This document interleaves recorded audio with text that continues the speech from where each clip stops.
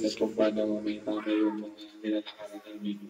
At hindi rin naman may tatama yung, yung mga kamalian ng mali din. So, yung path namin is talagang towards din sa magle-level up kami. Kagaya po sa church, pinag-pray namin ni Marian. Kung sakaling doon kami sa BCA Fairview, sa BCA Fairview kami. Kasi nung time na kakastart pa lang ng ministry, wala pa kaming 1 year. Okay, may mga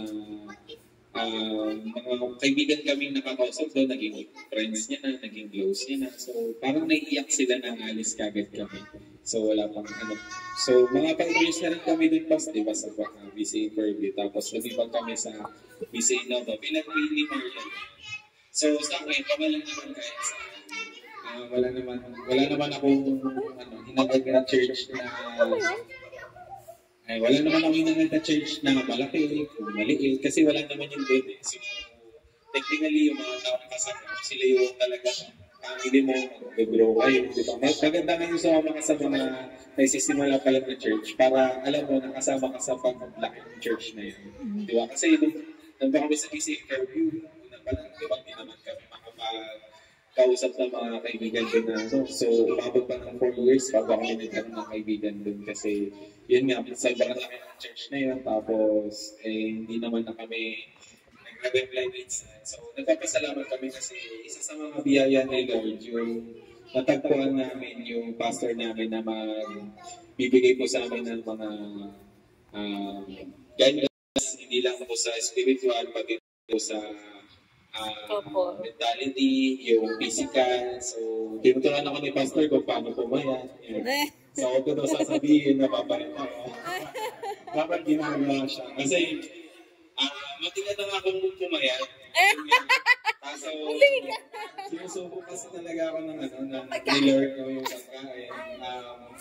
Mahirap po kasi mapanisan ng pagkain. Siyempre, pagka galing kasi sa bulsa mo, ang hirap kasi, ang hirap i-let go. Kahit nga pas, 2 days na yung pagkain sa rin, pinakain ko. Sinasabi ko naman kay Marian, sabi ko sa kanya,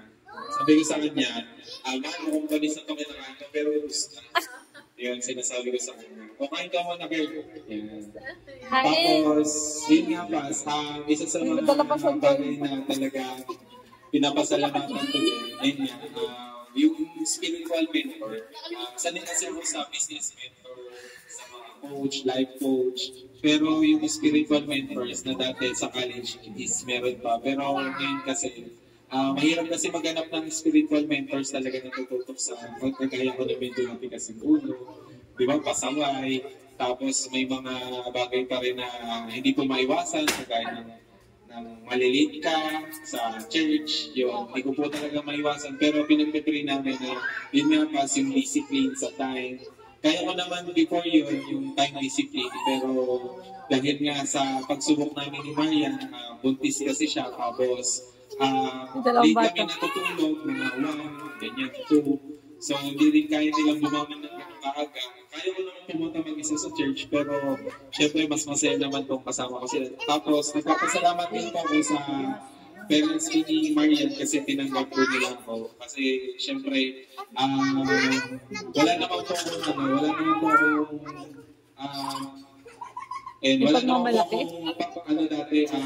plan na makapag-asawa agad. Kasi marami pa po akong plano eh. Pero sabi ko nga, masaya naman na magkaroon ng anak ko yun. Sinusubok yung pasensya. Yung pasensya sa traffic, okay na eh. Ano na yun? Goods na yun. Yung sa mga anak kasi minsan, kahit wala naman silang kailangan, biglang na silang iiyak. Diba? Tapos sabay pa. Kaya sobrang hirap. Sabi ko, paano pag 3 na umiiyak? Yun lang din yung yung sa mga anak ko. Kaya naubos yung pasensya ko kasi may mga kadin ako ng mga clients, tapos naririnig yung iyak, recorded mo ba, tapos umiiyak. Siyempre, kino-close ko yung client, tapos biglang may umiiyak, lalakas ako ng boses ko. Ganito po kasi, sir. Hindi na makikinig. So, magaling yung mga mahirap. Yung call ko na yun, lahat recorded ko yung call na yun. So, doon ko ako na kapag talagang timing every time na may kausap ako, magka-close ako ng client, talagang may iiyak. Sabi ko, pagka wala naman akong client, sisipag gano'n sila, tahimik, diba? Sobrang talaga. Pero nagpapasalamat naman ako kasi healthy po sila. Yun po yung number one talaga. Kasi pinagdaanan namin na every week talagang check-up po kami. So, sa na ito, dumating na ako sa edad ko na 30 na hindi ko naman nararamdaman na 30 na ako. Yun lang, medyo mabigat ako. So, 81 na yata ako ngayon. So, baka mas 78 na. Ngayon kasi yung mahirap. Pagka medyo, yun pala, kapag medyo mabigat pala yung katawan mo, lapitin ka ng antok, tapos yung mabilis kang mapagod, nangihina yung yung paa mo, hindi ka agad makalakad ng malayo. So, sabi ko kay Marian, hindi ko kayang buhatin sila baby kung sakali man lumaki pa yung yung weight ko, lumigat pa ako. Kaya, I pray ko na, ayun, maging healthy ako, tsaka matuloy ngayon, sayang na yung bike namin. Twice ko pa lang yan nagamit siya sa 4 months na yata, 3 months na yata na 3 months ko na yata na purchase. Sabi ko, sige, bibili kami yung bike para ganahan na ako mag-exercise dito, ikot-ikot. Pero, ayun nga, hindi ko na nagamit. Kapal pa nga lang gulong. Alas hindi pa lumayo ng konti eh. So, yun. Ang dami ko, sinetapan pa namin. So, yun nga po yung wala sa akin. Na nakukulangan ako sa sarili ko, discipline. Tapos, sa asawa ko, nagpapasalamat ako kasi nandiyan siya to support me. Sabi ko sa kanya, hindi naman kami magiging successful kung wala siya sa tabi ko. Nung time nga na nagtatrabaho ko, tapos nakikita ko lang siya nakahiga. Siguro mga 20 hours siya nakahiga, tapos naglalaro lang ng cellphone. 20 hours? Kasama na tulog. 16 hours. So sabi ko, masama kay baby. So parang nahihikayin niya ako maglaro din. Sabi ko, parang yun yung sinasabi ko sa kanya, pag nakikita ko sila na gano'n, hindi naglalakad-lakad, nag-exercise. Sabi ko, mas okay pa na nandun siya sa kanila, sa kalamama. Sabi ko, doon ka na lang sa bahay niyo. Kasi at least dito nakikita na nakahiga. Sabi ko, kasi parang napapagod akong tingnan siya nung nakahiga. Kasi syempre, pag nanganak na siya, bigla na lang syempre yung immunity mo, mahina kayo. So, lagi ko sinasabi yun sa kanya. Ayun po, sa family ko naman po, kahit wala po dito, nasa taas po yung isa. Nag-iisa na nga. Pasalamat pa rin ako. Alam niyo naman po yung pagsubok na dumating sa amin. Kahit po ng pandemic, di ba? May plan po talaga si Lord para sa family namin, sa kalamang magpapa. Although si Papa, mga 3 beses na po, 2 beses na po yata na ICU si Papa, 1 beses pa lang. Si Mama naman, 1 beses din. So, ngayon, okay pa rin naman sila. So, yung may mga po talaga tayo na hindi pa talaga time nila. So, yun. So, I pray na makasama po natin para mag-grow din po sila. So, yun po. Tsaka po sa inyo na nag-visit sa birthday ko na sabi ko kay Maria, nagsabi na ako sa kanya na ayoko. Regalo yun na sa akin na hindi na ako mag-celebrate. Sabi ko, okay na yun. Sabi ko, gusto ko lang magtrabaho. Trabaho na lang ako. Nagtrabaho ko naman pinagbigyan na kita.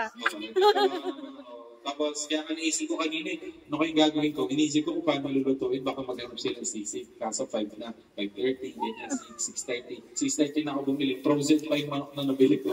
Kaya iniisip ko kung paano lulutuin, mas wala pa mantika. Sabi ko, kaya medyo late na rin kami natapos, kaya medyo haggard talaga.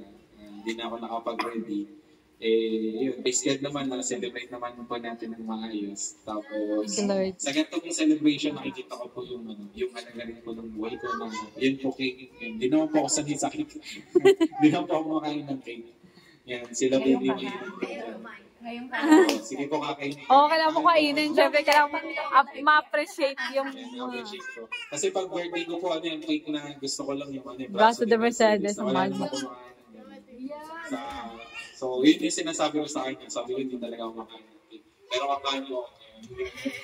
Siyempre, regalo sa'yo yun. Sa nagdala ng cake, dalawang nagdala ko silang cake. Malaki nga po yung cake na yun. Kahit nga po yung planta, basta okay na po yun. Tapos si Mia. Si Mia. Opo. Hanggang sa next month po yan, sigurado dyan sa Grabe ka. Matagal po yun dyan sa rep. Kasi hindi, papakain natin yan. Nung birthday, sa kanya bang birthday yun? Kaya yung birthday, nag-uwi tayo kayo. 1 month din yan dyan. So, matagal po. Nakalimutan ko na eh. Opo, di namin kasi alam, nakakalimutan na. Hindi namin nakaalala. Siya lang din po kumakain. Ako na lang kumakain. Hindi na pa kumakain. So, yung praise God, thank you, Lord. I hope na magkaroon po ako ng disciple. Gusto ko rin magturo ng mga Word of God. medyo ka-level ko lang din na makikinig sa akin. Pangarap ko naman yun na makapag-ministry ng mga kabataan. Kasi sanay ako sa mga kaibigan ko dati na Kabataan, business. katatayan. Kahit katatayan. Medyo, ako kasi may pinaka-bata, hirap mag-motivate na matatanda, di ba? Hirap, mas malaki ko experience nila sa akin, yung anak nila, may anak na, di ba? Kasi nilad ko. Lolo na. Di ba? So, dapat yung mga medyo mababa na content. O, dahil dyan. Opo. Naumpisaan mo na. Ito, si Kuya Kurt, babatiin ka daw ni Kuya Kurt. Kuya Kurt. Yay! Si Kuya Kurt. Bago magpatuloy si Kuya Russell. Happy birthday po, Kuya Russell.